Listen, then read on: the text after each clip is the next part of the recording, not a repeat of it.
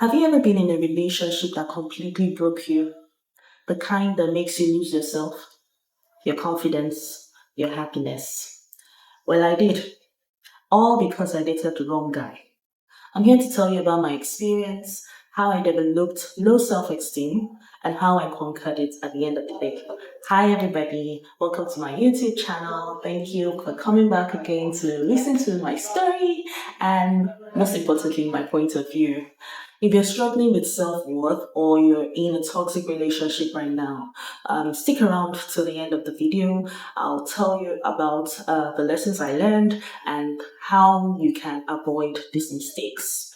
It all started when I was in a university. At the time, Facebook was the biggest social media platform we had. So that was how I met him. He was charming, so I thought.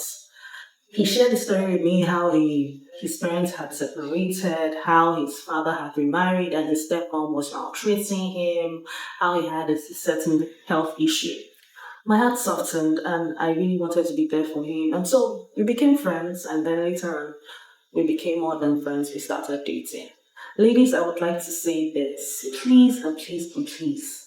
I know a lot of us have this savior mentality where you meet a broken person and you feel that if you walk into the person's life or if you date a certain person, you have the ability to change the person. I would like to say that thing that you're thinking is a very wrong mentality that you have there.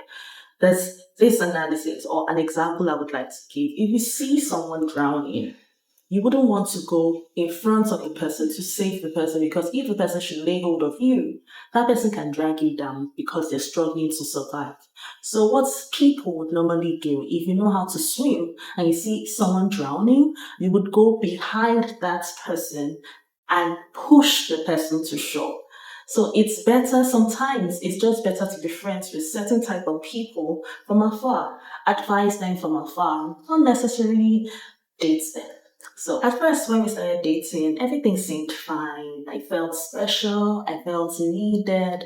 Little did I know that I was walking into something that I did not know about. My family and friends never really liked him. They complained that he wasn't friendly and he had this air of arrogance about him. I, on the other hand, couldn't see any of these things. You know, when you're in love, you really cannot see a lot of things, especially when it's right under your nose. So I just ignored them and just thought they do not understand him like I do. So I continued with the relationship anyway. Then I started noticing a few things. I noticed when he would call me, my heart would skip a bit. He always wanted me to be there at every point in time. He didn't care what exactly I was doing at the time. He didn't care if I was with my friends at the time. He just wanted me to drop every single thing whenever he calls me. Just drop it and start coming. I noticed that I wasn't free anymore. I wasn't myself anymore. I lost my spark. Even my friends were actually telling me about this, but initially I didn't see exactly what they were saying until these little things started happening. Even at the time when these things started happening, I still couldn't put an explanation to it. I just knew at the time that this was the way I was feeling, and it wasn't it didn't go down well with me. Slowly he started isolating me from my friends. I'm sure he realized that my friends didn't really like him. So he had this thing of noticing whenever I'm not around him, and knowing that I was probably around my friends, he would call and he started isolating me. Initially I thought it was normal, like it's my boyfriend, I need to go and meet my boyfriend, until it started getting abnormal. And then the emotional abuse started. I know that a lot of us call this time when you've been with a certain person for a while. I know a lot of us call this particular part see finish. Oh well, I saw see finish. The truth is, this guy never hit me.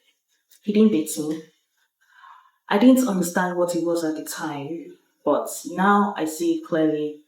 It was emotional abuse. The thing is, he started embarrassing me in front of his friends, making fun of me in front of his friends, breaking up with me all the time, off and on, and I would always accept him back when he comes back. Then telling me I wasn't good enough. Let me tell you a story. There was a particular day he actually came to my house. Me thinking my boyfriend came to visit me, not knowing that he had other plans. This boy actually came to break up with me. So he came to me and told me that he wanted to get married and that I wasn't the type of person he wanted to get married to. He had seen someone he wanted to marry and that she was younger. He needed someone fresh, someone younger. Guess what? I was in my 20s, my early 20s. That particular moment actually crushed me. And somehow he came back. Not long after, he came back, apologized. And guess what? I accepted him back. Little did I know that I was just going round in circles. I was trapped in a circle and I was sinking deeply. Then something happened. One day my sister came around and she told me she was going to enroll me in a beauty pageant. And I was like, beauty pageants. The truth about it is, growing up, I used to love them. People used to call me Modella because I'm a tall girl. I was very skinny at the time.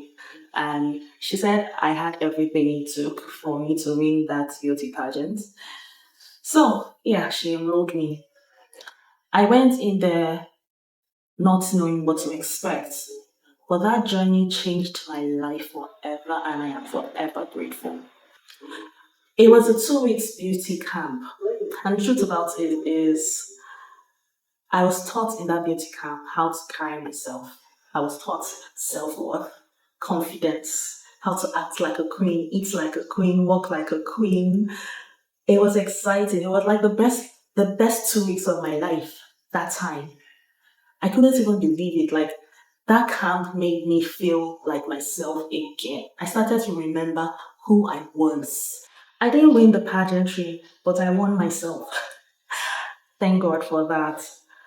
I knew that after that pageantry, I was not the same person anymore. Something had shifted inside of me.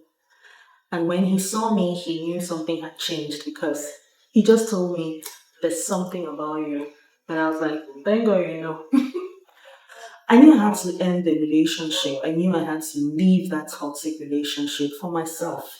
And finally I had to tell him, and this time around I was serious. So it wasn't him breaking up with me this time around, it was me breaking up with him. I had to gain myself back, gained my freedom. The truth is that journey wasn't over because I had to forgive myself for allowing someone else to have that kind of control over me. I had to go through a time of healing. I tell my friends or people that I know that are into or inside any toxic relationship, when you come out, it's not just about coming out. A lot was done, a lot was said. You need to heal. You need to forgive yourself. You need to come to the fact that you are it. You're the it girl. You are it. No one can tell you that you're not worthy. No one can tell you you're not beautiful. No one can speak to you, speak down at you. No one has the power unless you give them, that power. And you shouldn't give any human being that right. God created you in his own image and in his own likeness. You are beautiful, you are gifted, you are intelligent. If you need to tell yourself this over and over again until you start to act it, you personalize these things. If you've ever been in a toxic relationship, I want you to know that you're not alone. You can actually reclaim your freedom back. I don't know if you're married or if you're just being in a relationship. I created this platform to actually talk to my younger self, to advise young people so that they can actually take that experience from someone who has been through it. And in case you start seeing it right now, people who are like that, I call them narcissists. Narcissistic people, you might not really notice a lot of things about them just yet. They may love bomb you, but I assure you, they can't hide forever. A lot of their characters will start showing themselves. If you see yourself in a toxic relationship, it's not late. It's not too late to start all over again. It's not too late to regain that freedom back.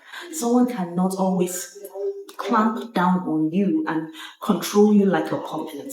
No one has that power unless you give them that power. So these are the lessons I learned. Emotional abuse is real, even if there are no bruises. Always listen to your family and friends. They see what you cannot see. When love blind your eyes, listen to your family and friends. Anyone who isolates you from friends, from family, that person is a red flag. And finally, you actually deserve love that uplifts you, not one that will break you. So if you ever find yourself in this situation, please treat yourself. Walk away. Heal. Try to heal. I know it's going to be hard. It's not as easy as I'm saying because this healing actually took years. I didn't know I wasn't healed totally until I started self sabotaging. So you need time to heal. Healing is very important. And always remember, you are enough. No one has that power to put you down unless you give it to them. You are enough. You are beautiful. You are amazing. Thank you guys for watching. So if you feel that this story is relatable or you want to share your own story or life experiences, just comment down below at the comment section. I would love to hear your story. Please like this video, share, subscribe if you like seeing more of this content. Thank you guys for watching. I love you so much. Thank you.